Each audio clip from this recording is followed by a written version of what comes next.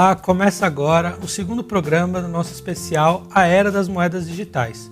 Eu sou Rodrigo Tolotti e recebo aqui hoje Fernando Pavani, fundador e CEO da BeTech. Obrigado pela presença, Fernando. Obrigado você, é um prazer. Hoje nós vamos tratar sobre Bitcoin como meio de pagamento. É uma das duas principais áreas que o Bitcoin hoje é pensado. Muita gente pensa no Bitcoin como investimento e muita gente pensa em Bitcoin para comprar, para usar como dinheiro mesmo. Então hoje o Fernando está aqui para falar sobre essa parte do meio de pagamento apenas. Bom, Fernando, vamos começar pelo base. Como é que você vê o atual momento do Bitcoin como meio de pagamento no mundo que a gente vive? Assim como toda a inovação tecnológica, o Bitcoin ainda está no começo do seu uso e da sua empregabilidade, principalmente como meios de pagamento. Hoje, o momento do Bitcoin é de expansão da rede de pessoas que investem nele e do entendimento dos usuários de como realmente utilizar isso como veículo monetário de reserva de valor e de troca entre pessoas ou estabelecimentos. Antes de falar um pouco sobre como o momento atual, a gente poderia fazer o inverso e criticar um pouco, falando por que ele não está sendo utilizado em larga escala. Né? Um dos principais motivos dele não estar sendo utilizado em larga escala é que a usabilidade, a velocidade de registro e liquidação do Bitcoin na rede é limitada. Para você ter um exemplo, você só consegue fazer hoje estima-se que a capacidade máxima de liquidação de operações no Bitcoin, da rede Bitcoin, é de 7 a 8 operações por segundo. E a confirmação, a validação pode demorar até 12 horas, como aconteceu em alguns casos essa semana. Quando você traz isso para o estabelecimento comercial, você precisa de velocidade, escalabilidade para poder liquidar a operação instantaneamente. Sim. Não que esse seja um problema que vai se perpetuar. Como toda tecnologia, assim como a internet lá atrás, demorava-se para você poder se conectar na rede. E conforme a tecnologia foi evoluindo, você tem as adaptações, as demandas dos usuários. Então nós estamos ainda no começo da utilização, do entendimento e conforme a tecnologia do Bitcoin for evoluindo, muito provavelmente ela será a tecnologia que vai ser adotada pelos meios de pagamentos do futuro. Eu estive agora no Vale do Silício vendo como é que essa tecnologia, que é simplesmente, hoje a gente entende o Bitcoin como uma troca de valor monetário, o maior caso de uso é a troca de valor monetário, mas como isso vai conectar você à sua casa, como isso vai conectar você ao teu carro, que é a tecnologia por trás, que é o blockchain. Então, a evolução da rede, ela já está acontecendo. E isso vai permitir que hoje nos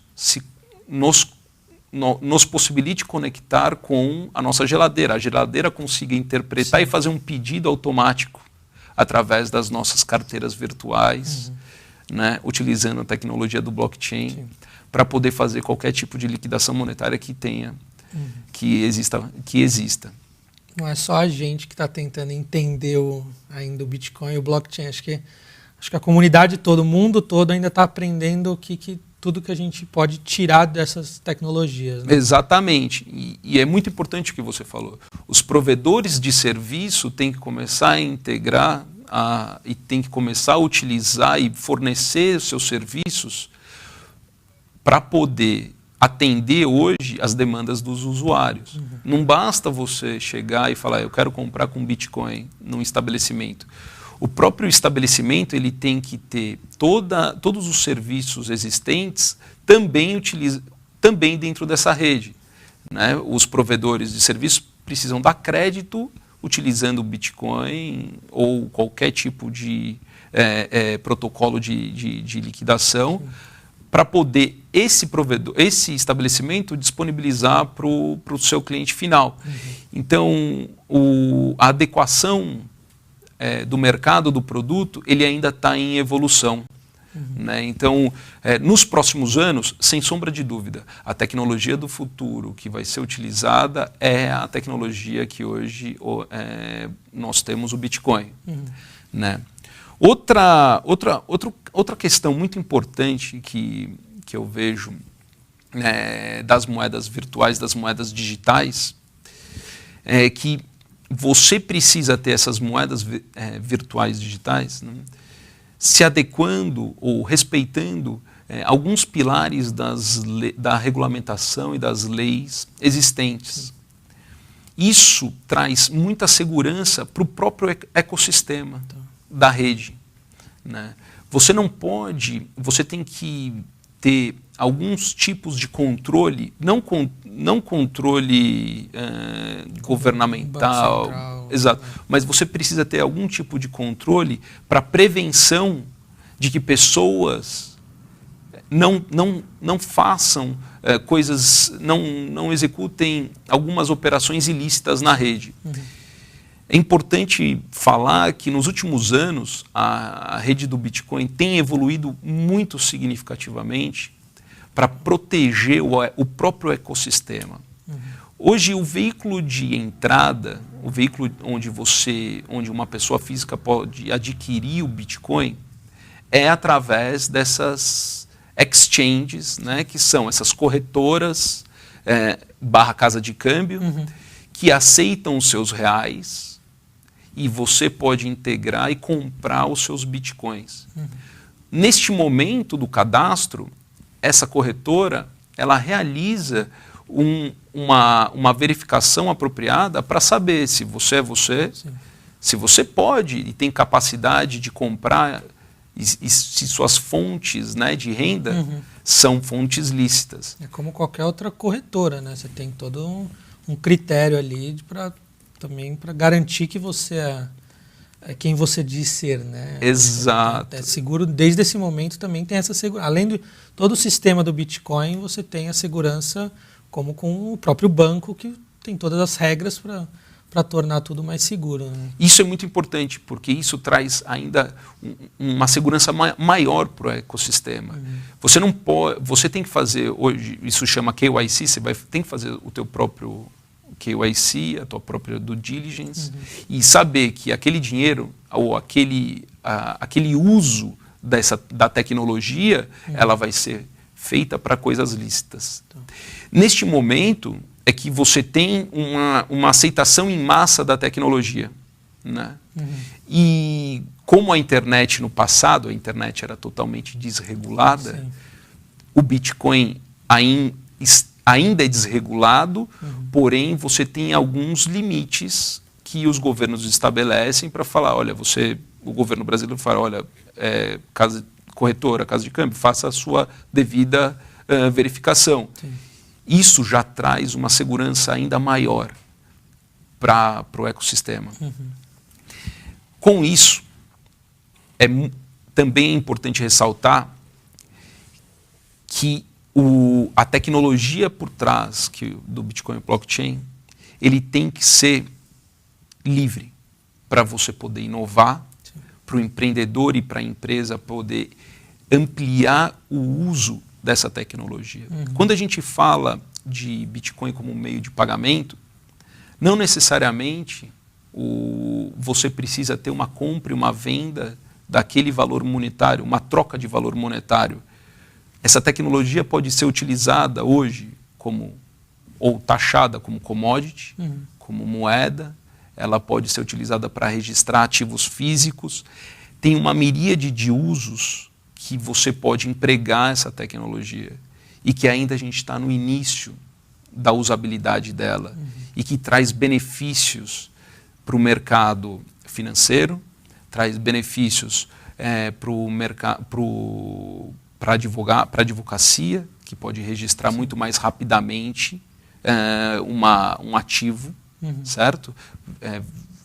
Ultimamente nós temos ouvido e temos visto o que está acontecendo com esses ICOs, né, que na realidade são IPOs. Como um IPO, só que ali é para as moedas. Né? Para as moedas, exatamente, mas querendo ou não querendo, isso é um uso da tecnologia por trás. Então, o devido e apropriado a regulamentação do uso pelo governo ou é necessário para você dar continuidade no desenvolvimento e na evolução, né, do Bitcoin, do blockchain, como instrumento. Né? A gente fala muito sobre ser descentralizado, né, uma moeda que sai um pouco dos padrões, mas o governo não vai interferir, né, mas é o governo de cada país, cada local, tendo o seu papel ali também, que não afeta exatamente a maneira como a moeda é usada, como ela funciona, mas traz principalmente isso que você falou, a segurança. Acho que é o que o pessoal precisa muito entender. Né? Muitas vezes a gente fala de governo regulamentando, governo... Só falar a palavra governo, acho que muita gente já assusta um pouquinho quando você está falando do Bitcoin, que é algo que nasceu meio que para ser fora disso. Né? Então, mas eu acho que o pessoal precisa entender que o governo é importante, tem seu papel na cadeia do Bitcoin para ele crescer ainda mais. Né? Tem. Ele tem como um órgão que não vai restringir. É muito importante que ele não restrinja a inovação e crie monopólios. Por exemplo, o que o Bitcoin e o blockchain traz de benefício é que um dos benefícios muito grandes é que você pode registrar qualquer ativo financeiro na rede, né? E você pode criar a custódia disso. Hoje o governo ele dá um monopólio da custódia de ativos financeiros para uma instituição. Né? Isso gera ineficiências, apesar de gerar segurança e limitações, isso gera ineficiência na evolução, né, do serviço que é prestado para o público, né, e também no custo. Né? Todo mundo fala do custo do Bitcoin, da rede do Bitcoin. Né? Hoje o custo da rede do Bitcoin é de 0,1% do registro. Né? É muito mais caro você entrar e sair na rede do Bitcoin do que fazer o registro do Bitcoin, da transação, a validação na rede. Se você for comparar com qualquer outro tipo de meio de pagamento, o registro dessa operação custa mais de 1%. Né? Realmente você tem uma evolução muito clara né, que não é o problema, não é o custo hoje, é a capacidade. A capacidade operacional que a rede proporciona, mas que está sendo resolvida. Tá? Hoje já existem soluções, tá, que utilizam essa tecnologia que conseguem processar milhares de transações por segundo. Né? Hoje, se a gente for comparar, a Master e a Visa conseguem processar mais ou menos 30 mil operações por segundo. Tem um grande passo pela frente de 7 a 8 por segundo. Mas estamos chegando lá. Eu acredito que é questão de tempo. E não é questão de quando e não, né, se. Tá. E você estava comentando o processo para se adquirir e usar o Bitcoin. Né? Então, você vai até a exchange e abre a sua conta, né, faz o seu registro. E a partir dali, como é que funciona? Você tem algum limite que você precisa pôr de dinheiro para conseguir comprar Bitcoin? Tem um mínimo ou qualquer valor você já consegue ir adquirindo? E a partir daí, como é que funciona? Você fica, como é que é? Uma carteira? Para você poder comprar o Bitcoin, você pode comprar de uma pessoa. A gente tem que lembrar que o Bitcoin pode ser transacionado entre pessoas diretamente, certo? A partir das chaves. Ou você pode adquirir de uma bolsa, né? De uma corretora, né? Uma corretora de Bitcoin. É muito mais seguro você adquirir de uma corretora de Bitcoin, obviamente por todas as questões, apesar de que se você tem conhecimento sobre como fazer essa transação fora de uma corretora, também é 100% seguro. Só precisa ter o conhecimento.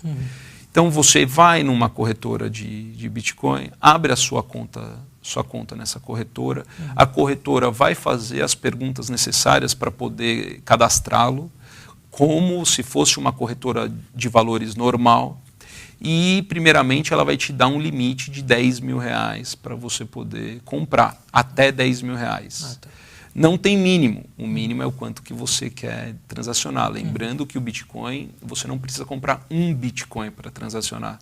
Você pode comprar uma fração de um Bitcoin para transacionar e pode comprar a partir de R$5 por transação.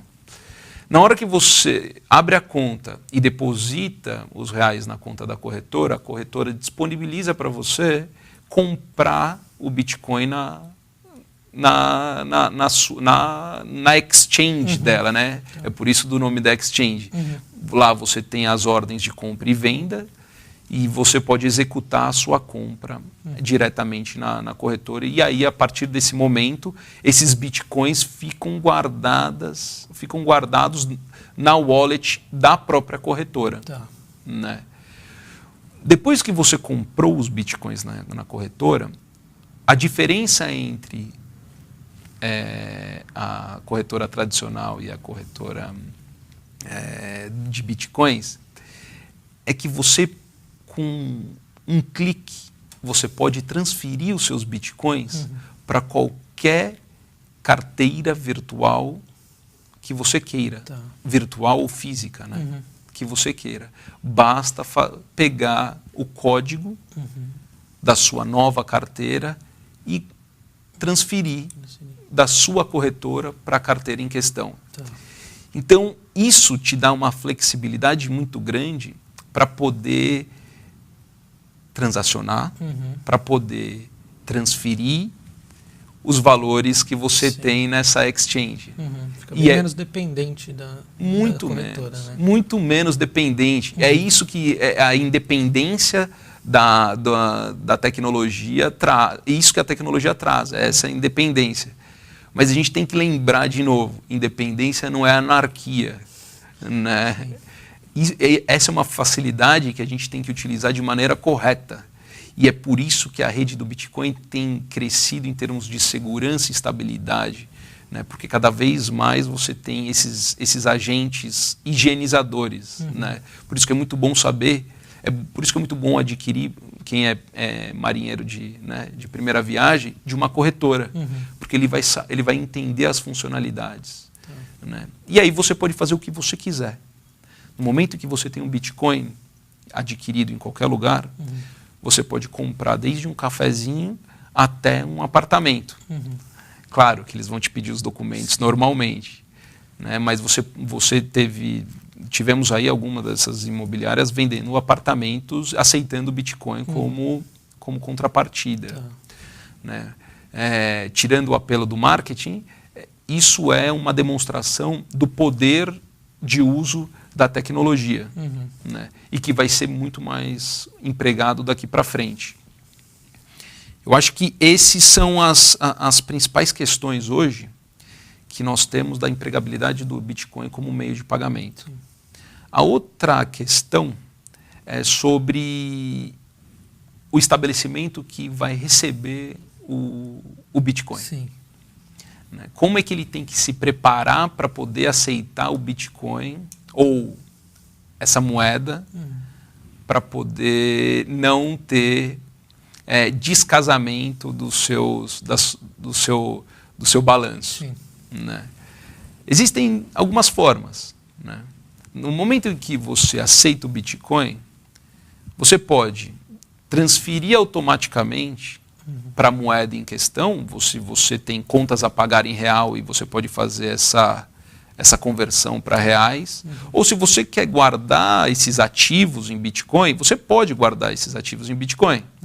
Só que é importante que o estabelecimento comercial tenha cuidado para poder acompanhar o descasamento entre o valor do Bitcoin que ele recebeu e o quanto que ele contratou de dívida. Esse controle, hoje quem faz são os bancos. O banco ele tem ativos em qualquer tipo de veículo financeiro, né? Em qualquer tipo de ativo financeiro. Sim. Pode ser juros, pode ser dólar, pode ser reais, no futuro, quem sabe, bitcoins. E tem o passivo dele em algum outro tipo de moeda ou ativo financeiro. E ele faz a gestão disso. Então, quando a gente começa a aceitar moedas que têm uma flutuação diferente, o estabelecimento ele tem que tomar cuidado para não descasar o ativo e o passivo. Isso é um dos motivos porque ainda o Bitcoin não virou ainda um veículo em massa.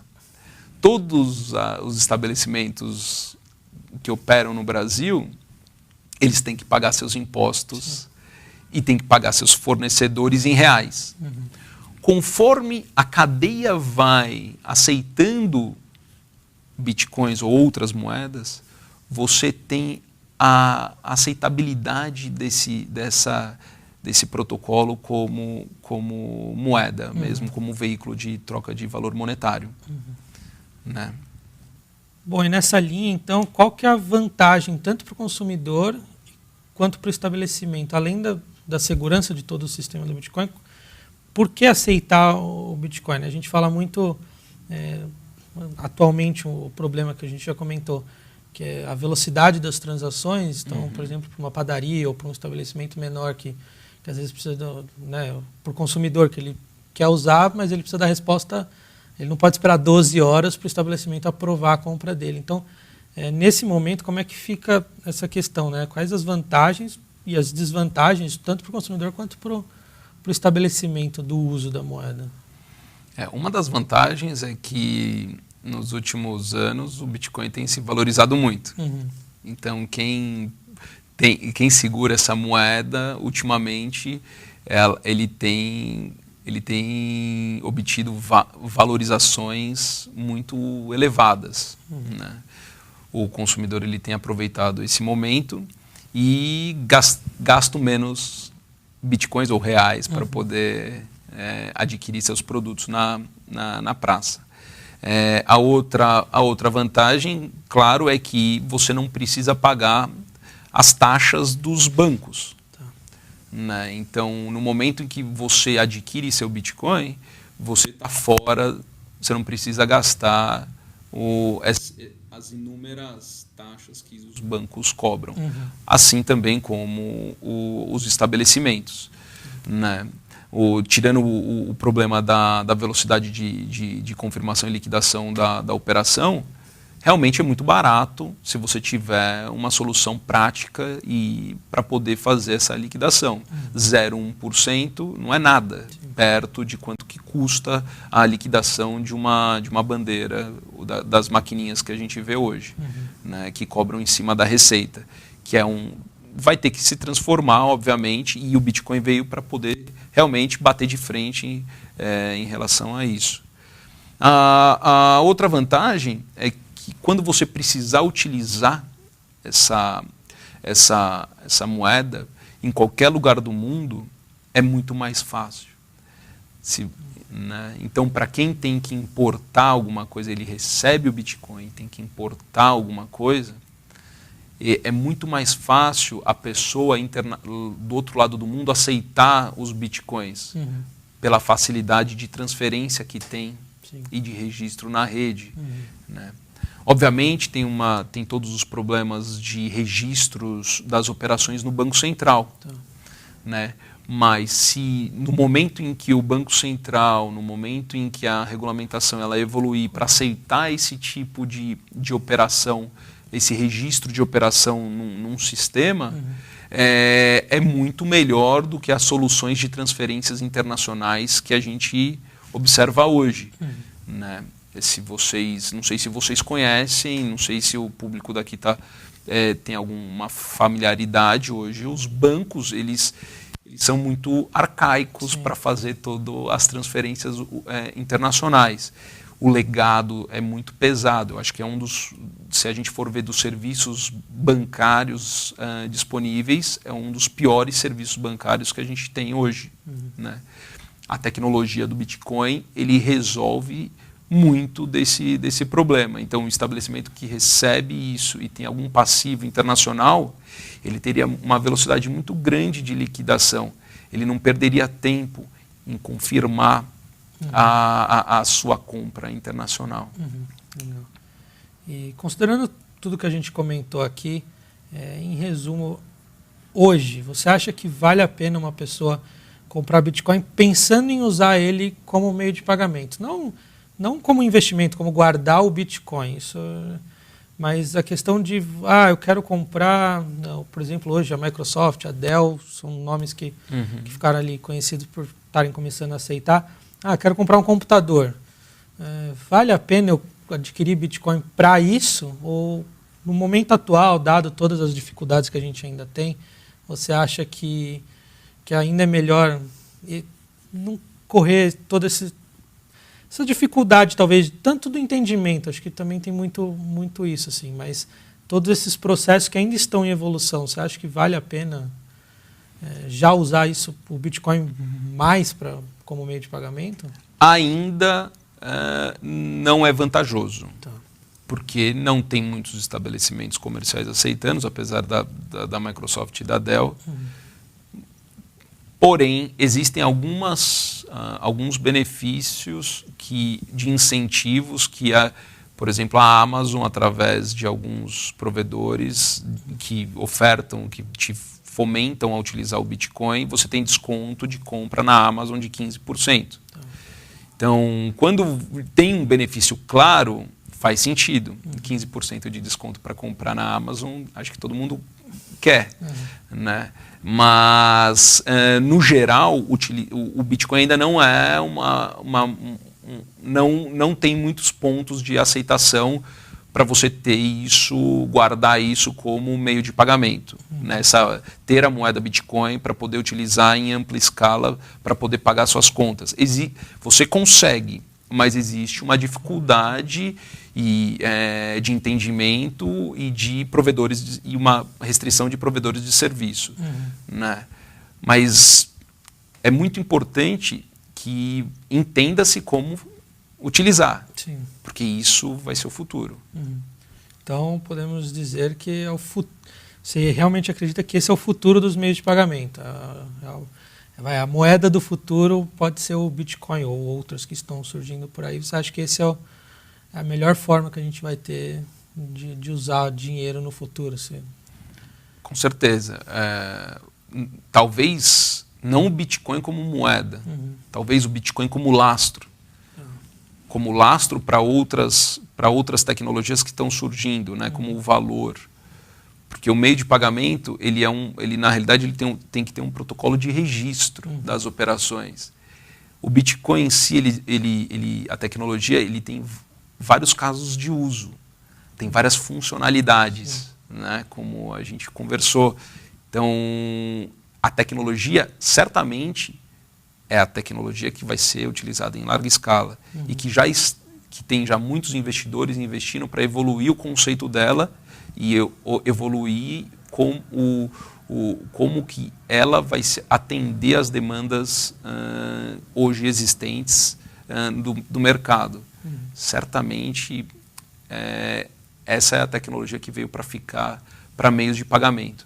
Conforme ela for evoluindo, vai ficar muito mais claro, muito mais rápido, e os estabelecimentos provavelmente vão começar a se integrar na rede. Legal. Bom, Fernando, queria agradecer a sua presença aqui, acho que ajudou bastante a começar a entender, principalmente esse lado no meio de pagamento, mas Bitcoin acho que é um assunto muito complicado, né? Muito obrigado pela presença. Quer acrescentar alguma coisa? Obrigado por ter convidado. Esse espaço é muito importante que vocês estão trazendo para o público, trazendo esclarecimento, informação de um dos temas que são os temas mais quentes hoje do mercado. Né? Obrigado mesmo. Obrigado. Bom, a gente fica por aqui. Na próxima semana a gente vai tratar sobre o Bitcoin como investimento, que acho que é um dos assuntos que o pessoal mais quer saber, mais a gente tem recebido perguntas e questionamentos sobre isso. Então, não perca e até a próxima semana.